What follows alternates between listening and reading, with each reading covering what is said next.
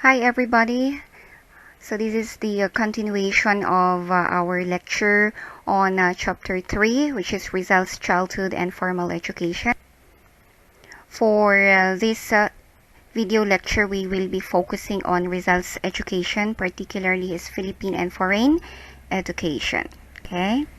Alright, so we all know that Rizal first had his education in his home in Calamba, and this is under the supervision of his first teacher, who is his mother, Doña Teodora. Okay, so Rizal, at the age of 3, already learned his ABCs from his mother, and it was Doña Teodora who laid the foundation of Rizal's education when it comes to reading, Spanish, poetry, and of course, values. Okay, but to supplement these learnings that Rizal got or had from his mother, his parents decided to hire private tutors that would enhance Rizal's knowledge.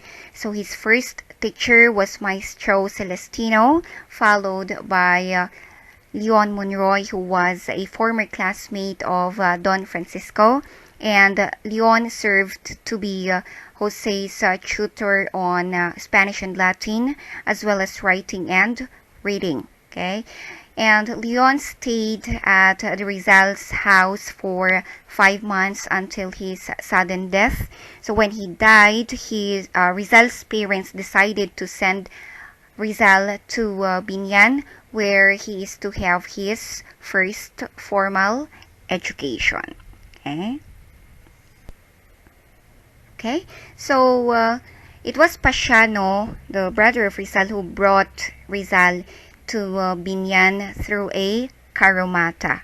Okay, this was how a karomata looks like, and if you have this back then, it's a symbol that you belong to the middle class and educated family. Okay, so this was the mode of transportation that they used, and this was in 1869. So according to the account of Rizal, it took an hour and a half for them to reach Biñan. And Rizal stayed at the house of his aunt, who was a sister of his father. Okay, so Rizal's education in Biñan, his school was described to be a small Nipa house school. Okay, it was where he had his first formal schooling. This was under the tutelage or the administration of Maestro Justiniano Aquino Cruz. And Maestro Justiniano was described by Rizal to be a teacher who is a grammar expert of Latin and Spanish. And to describe the academic life of Rizal in Biñan, he had fights with the Biñan boys, but he beat them in terms of academics. He beat his classmates in Spanish, Latin, and other subjects. So he said that he would usually won the classroom contests, and nobody would beat him. Nobody can beat him. And as a result, he surpassed many of his classmates in class standing. But in spite of this academic reputation of being excellent, being a good boy, Rizal said that the day would be unusual if he would not laid out on a bench and given 5 or 6 blows. Okay, either the blows would come either from his classmates, whom he would always be fighting, or from his maestro, who would often punish him for fighting. Okay, so he had an academic excellent reputation, but also a fighting reputation. Okay, right. So Rizal was very excellent in his class. What was his routine? Okay, what was his daily activities in Biñan? So it was said to be systematic and methodical. It has a process and a schedule. He's got a schedule in the morning and in the afternoon, which he would often do or follow. So in the morning, he would wake up daily at 4 a.m. and would attend Mass, and then study, or would either study and attend Mass.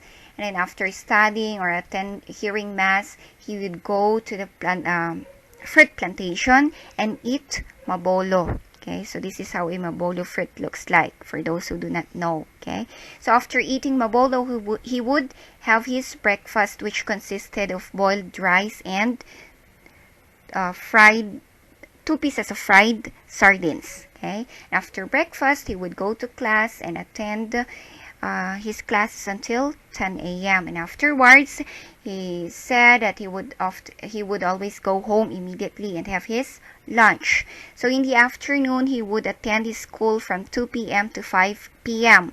and after schooling, he would take some time to play before going home. And when he's at home, he would study his lessons again. After studying, he would have his dinner or supper and then pray. So how many times do Rizal pray and study in a day? Okay, he would study and pray in the morning and in the evening, and he's an early riser. Okay, he would wake up very early at 2 a.m. at the age of 8. Right. Aside from these activities, Rizal was also interested in painting. Okay, so his teacher had a brother-in-law who was a painter, and whenever Rizal was free from his school activities, he would go to the house of Juancho and watch him paint. And then Juancho was amazed by the interest of Rizal in painting, so he gave him painting lessons until Rizal became one of the class favorite painters. Okay. Alright, so Jose stayed in Biñan for 2 years until he was 10 years old, and Maestro Justiniano eventually sent him home, saying that he no longer have anything to teach Rizal, as he already know everything that there is for him to teach. So he was way advanced than his classmates. Okay, so in December of 1871, Rizal left Biñan on board a steamer, this time a ship. Okay, so he stayed in Biñan for 2 years. So the following month, that's already 1872, this was a year that's not really good for the Rizal family. Okay, so in 1872, the 3 priests were executed. So they were called as the Gumburza, Gomez, Burgos, and Zamora. So 1872 was the year when the Gumburza was executed, and this had an effect on the family of Rizal. Pasiano quit his studies at the Colegio de San Jose and returned home. And it was Pasiano who told Rizal the stories behind the Gumburza execution. Of course, in your previous readings, we have seen that the Gumburza were fighting for a fair treatment for the Filipino priests, because at that time there were already Filipino priests and they were not receiving the privilege and rights that the Spanish priests were receiving, but they all are priests. Okay, and when the Gumburza was executed, this awakened the nationalism spirit of the Filipino people, because Filipinos were known to be, of course, religious, and they look up to priests. So upon knowing that the Filipino priests were executed, so there was an outrage among the Filipino people. Even Andres Bonifacio was also greatly angered by the Gumburza execution. So this Gumburza martyrdom serves as one of Rizal's inspiration to fight the Spaniards. So at the time he was just 11 years old, and then 19 years after the execution of the 3 priests, Rizal dedicated his book El Filibusterismo to the 3 martyrs. And for 4 months after the Gumburza execution, Rizal's family sent him to study in Ateneo. It was also in 1872 where Rizal's mother was imprisoned for being accused of helping his brother poison his wife. So it was not really a good year for the Rizal family, and Rizal went to Ateneo while his mother was in prison. Okay, so Ateneo was a school that was run by the Jesuits or by the priests, to simplify the word. Okay, and Ateneo at first refused to admit Rizal because he was late for enrollment, and the rector said that Rizal was sickly and undersized for his age, so he was refusing to admit Rizal. But because of the intervention of Father Manuel Burgos, Rizal was admitted in the school. Okay? And Rizal received a rigid system of Jesuit education. The priests trained the character of the students by rigid discipline, humanities, and religious instruction. Okay, Ateneo, by the way, was formerly Escuela Pia, or a charity school. It was a school for those who are not really who do not really have the financial capacity to study, who do not belong to the middle or upper class family, but it has transformed itself to this day into one of the most expensive and luxurious school in the country.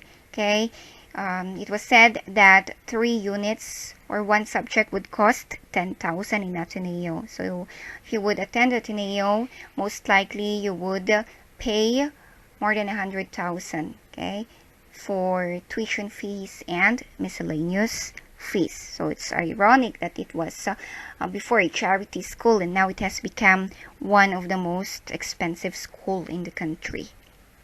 Okay. Alright, so let's take a look at the class ranking system in Ateneo. Right.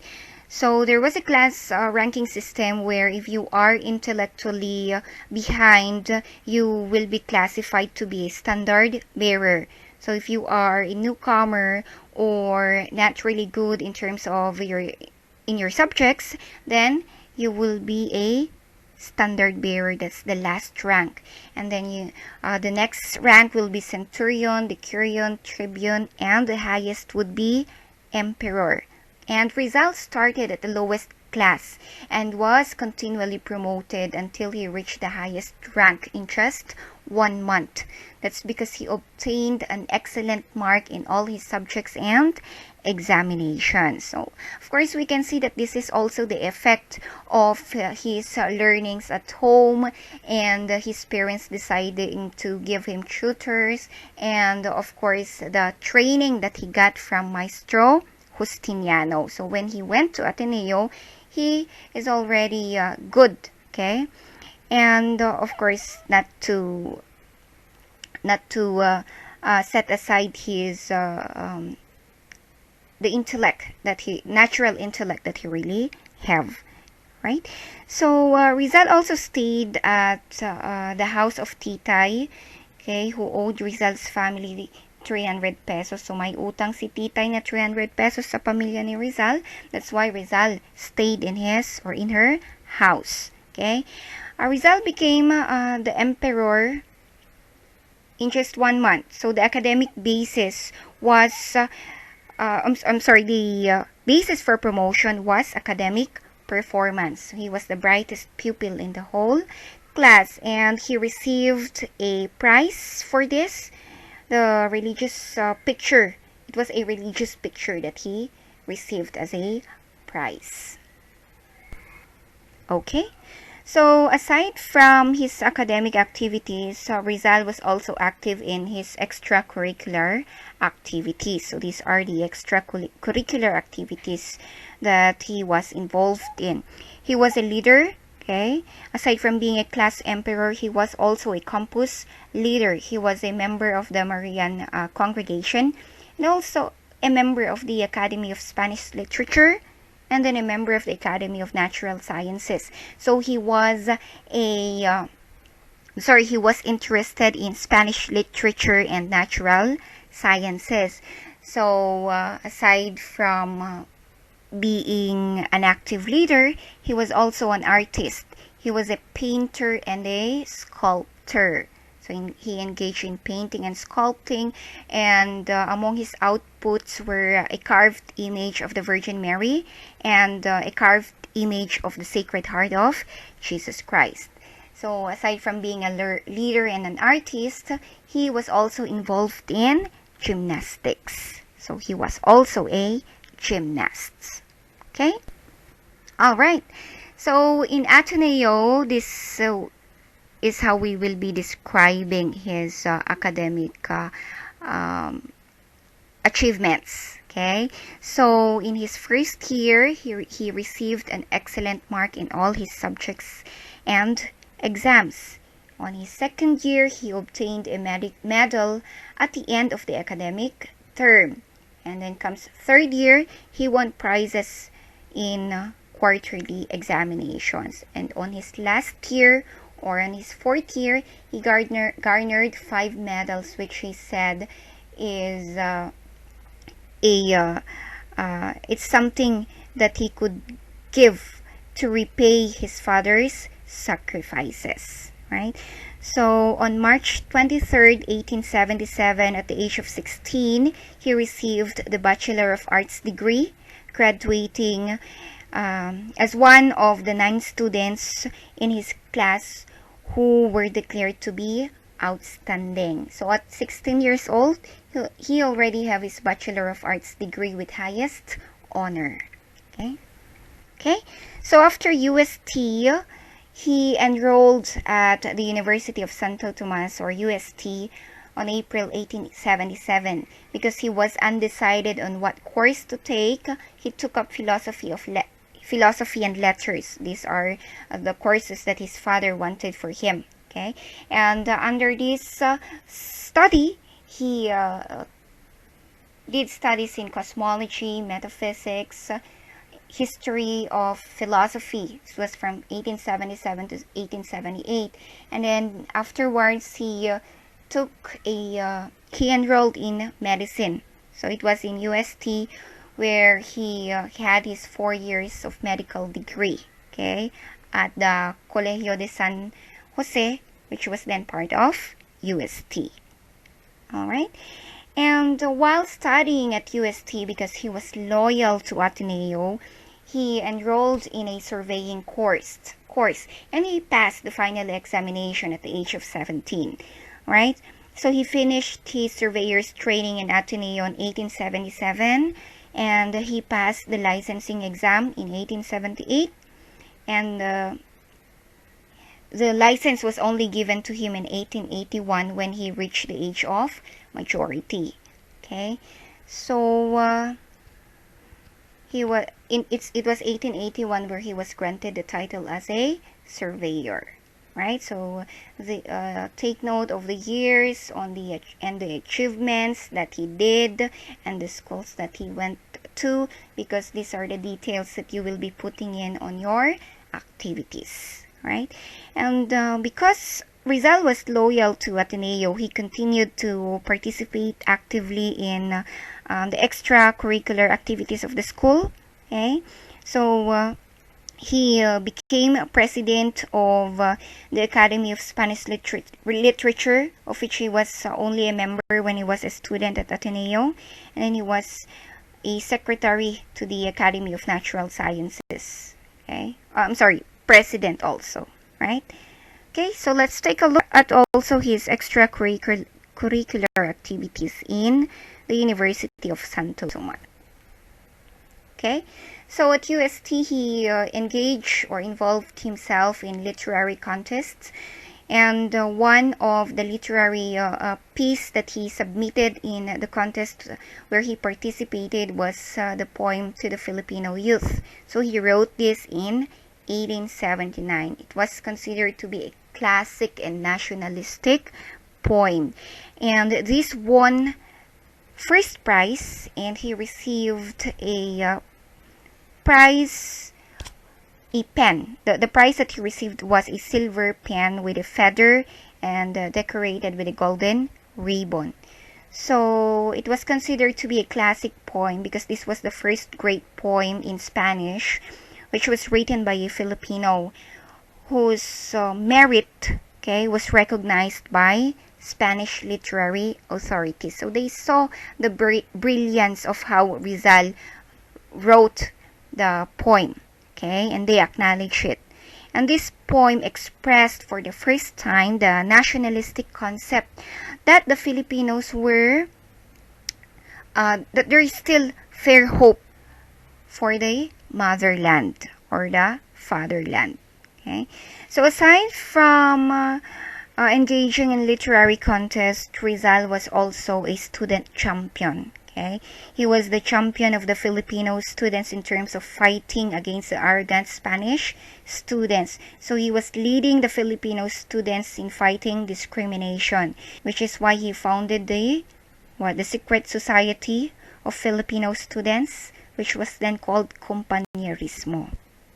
Okay, and the Spanish students at the time would insultingly call their Filipino classmates as Indio or walang alam, and then Chongo of their brown skin. And in retaliation, the Filipino students would call the Spanish students as Castilla or Bangus. Alright, so the experience of Rizal in UST was not really happy. He was not happy at UST as compared to his experience at Ateneo.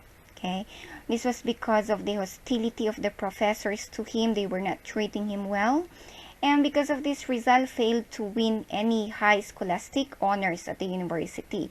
So Rizal, who was then the most brilliant student of Ateneo, failed to receive any recognition at the University of Santo Tomas. Okay? Another reason for his being unhappy at the university was because of the racial discrimination of Filipino students, which he experienced and which he was seeing at the time. So because of this, he decided to study in Spain. He could no longer endure the rampant discrimination and hostility in the University of Santo Tomas. So he did not seek his parents' permission and blessings to go abroad. Only a few members of his family know that he is departing for Spain. Okay, so what were the three schools where Rizal went to study?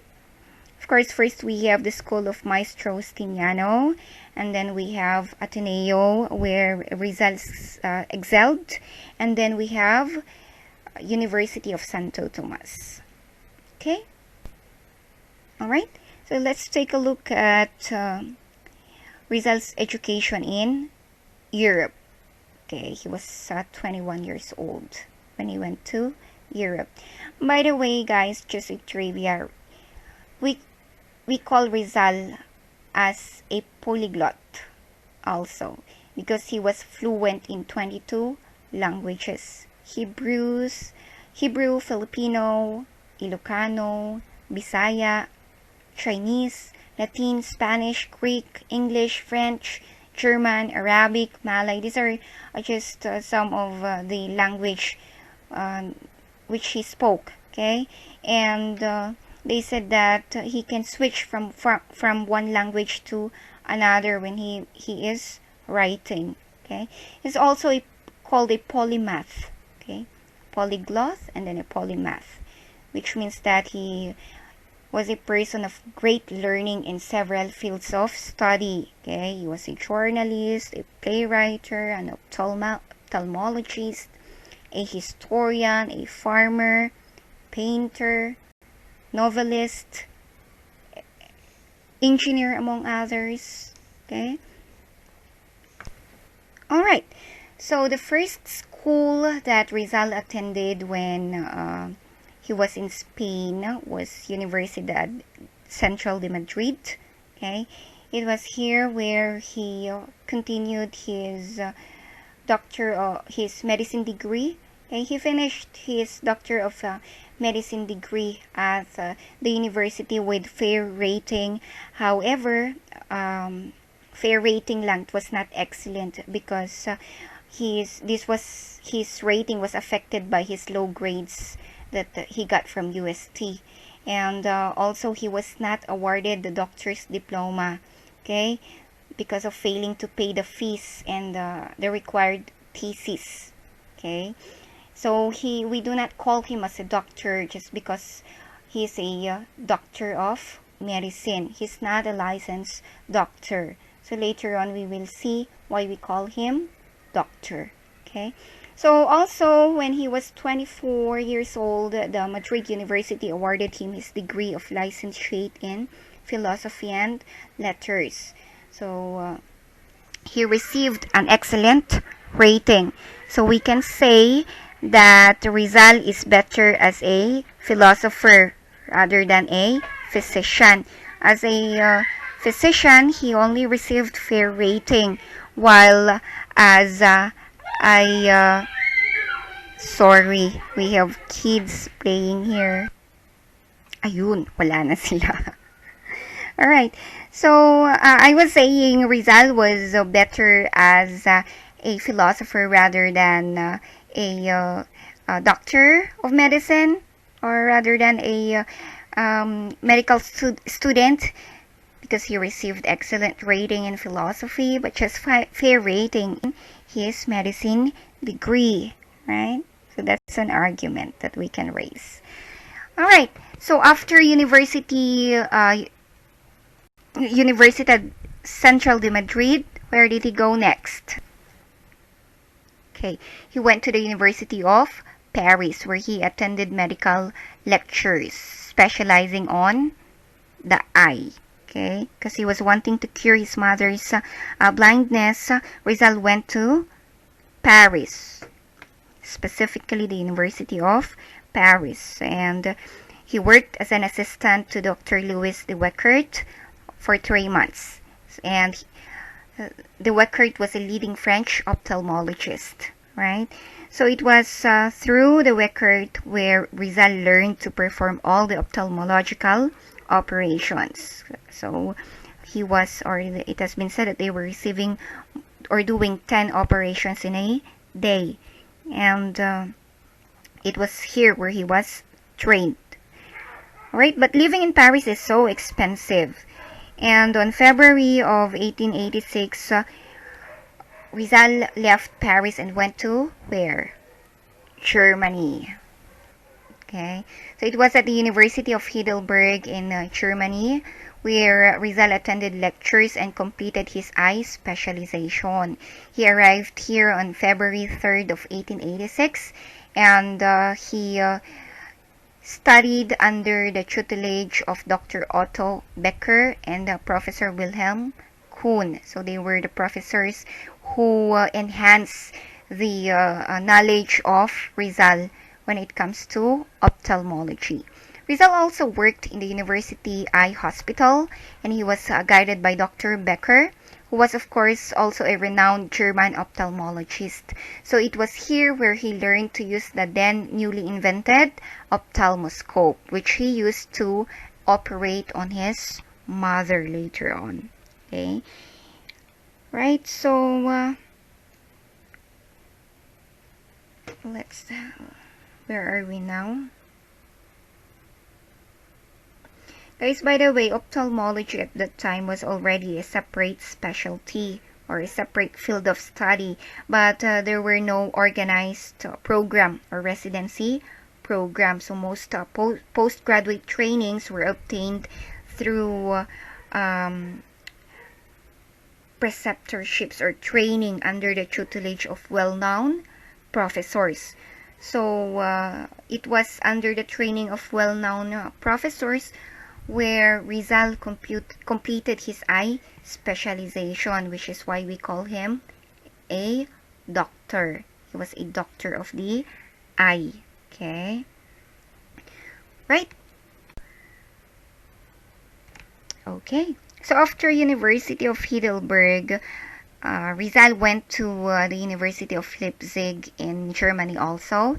He attended lectures on history and psychology naman this time. Okay, he was there on August 1886, and he also went to Wilhelmsfeld. It was here where he finished his Noli Me Tangere book. Okay, he spent 3 months here to finish the last 2 chapters of Noli Me Tangere, and he stayed at the pastoral house of a kind Protestant pastor, Dr. Karl Ulmer. Right? Okay, and then after Germany, or after the University of Leipzig, he went to another university in Germany, and this was University of Berlin, where he also attended lectures Okay, so he arrived here in November of 1886. He was inducted as a member of the Berlin's Ethnological Society, Anthropological Society, and Geographical Society. Okay, so kaya tinatawag natin si Rizal na, ano yung sabi ko kanina?